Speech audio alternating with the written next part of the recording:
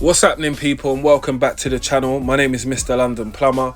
So now we're gonna have a look into what's it like to be a London plumber who is also a teacher. Some of you lot didn't know that I am a teacher, and I have been a teacher for over 8 years now. I've been recognised in a few magazines, so I thought, let me just talk about me being a plumber but also being a teacher and making content. So this is some of the content which I put online to be able to help others learn how to do stuff. I can be a visual learner, so I know that other people can as well. So I know things like this definitely does help, and it's a method on how we can work together to understand the task in hand, which might be pulling an offset. That's what I'm doing in this video. I try and do everything to the book because, again, you have a lot of people which watch online and say stuff, you know, like, oh, you should do it this way, you should do it that way. There's not the right way how to do something. There's your way, and then there is a correct method in the way, but there's ways to be able to pick it up as well. So we're all learning from different points, and I've known this being a plumbing lecturer for the last 8 years. So people come to colleges with different levels of qualifications, whether that's maths and English, and them still having to do a plumbing course at the same time is very difficult because you're torn between two different things.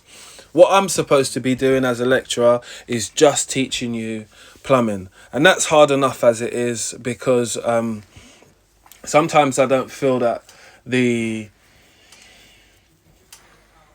course which we're teaching people has got everything covered, and it doesn't go into things in depth enough. For me as a plumber, most definitely.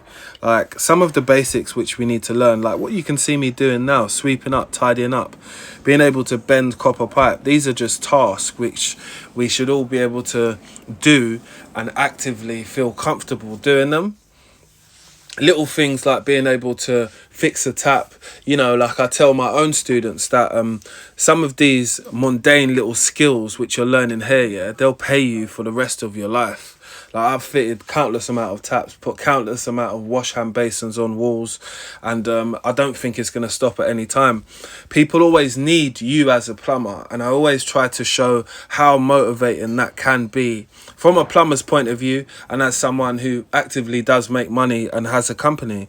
But you need to be able to not only talk the talk, but you need to walk the walk. So that's where you sharpen up your skills in the workshop. And I've always said the workshop it's far from the workplace, isn't it? The workplace will never be designed out like a workshop unless you work for somewhere where it has a workshop, but generally most of your work will be on site or in specific places. So the scenario is never really going to be the same, but to be able to focus when you're in that room and to be able to, you know, get your head down and get the things you need to do done before the term is finished, that's always the goal. But I understand that young people, they've got a lot of distractions nowadays, innit? We all don't want to do or have considered plumbing as like our first and our only choice, and that's what I'm going to do in life. I get that and I understand that, but I only try and show people that for me, it's been a godsend. Like, you could have done anything else. I've always been able to make money. I'm never short when I need something, and I'm never really out of work. But I try and work hard on myself just because I know that other people are probably doing the same thing. So you're constantly learning as a plumber, and you're constantly picking up on new little bits of skill, or you're constantly thinking, how can I improve? And that makes a good plumber. Someone who's willing to stay late, someone who has these key points which employers want. And I try and only echo that in the classroom because these are the things people are going to pick up on when they first meet you as a young apprentice or whatever you are at the moment, and if you're getting into plumbing. So as you can see, I like to always showcase, you know, if I can do it, you can do it, so we can both do it. And I advise some of my students to watch my videos as well, so they can get some type of understanding about what they're getting into. You know, as a plumber, you don't always start off like bending all the pipe. You might start doing the silly jobs, what you might think in your head, like carrying the bag and just tidying up. You don't understand how important that is, because it takes so much time off the job when you've got to go around and tidy up after.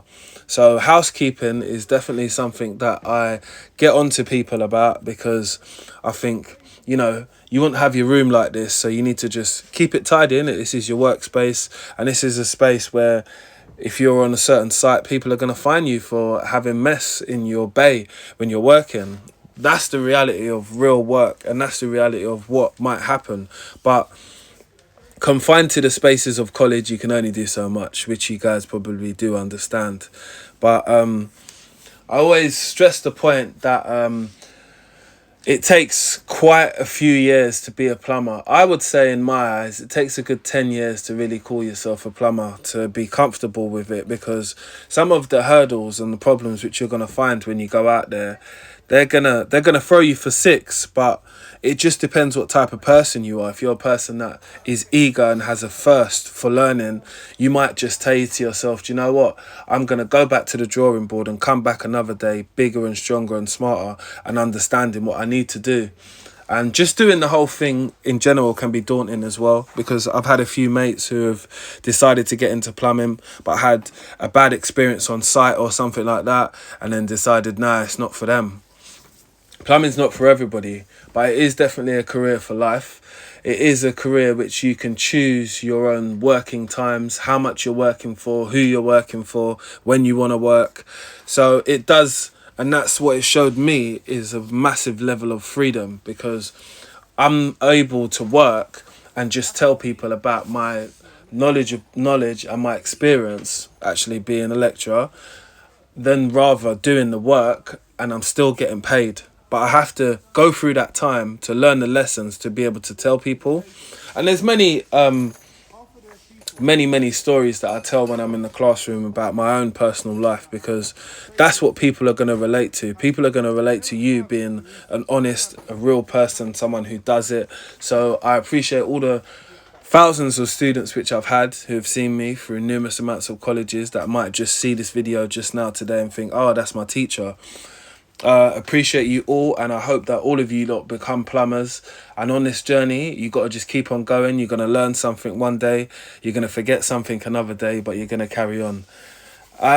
It's Mr. London Plumber. This is what it's like for me to be a plumbing lecturer. It has ups, it has downs, but I don't regret any of it, because I've met some amazing young students, some amazing young apprentices, and some people at work as well.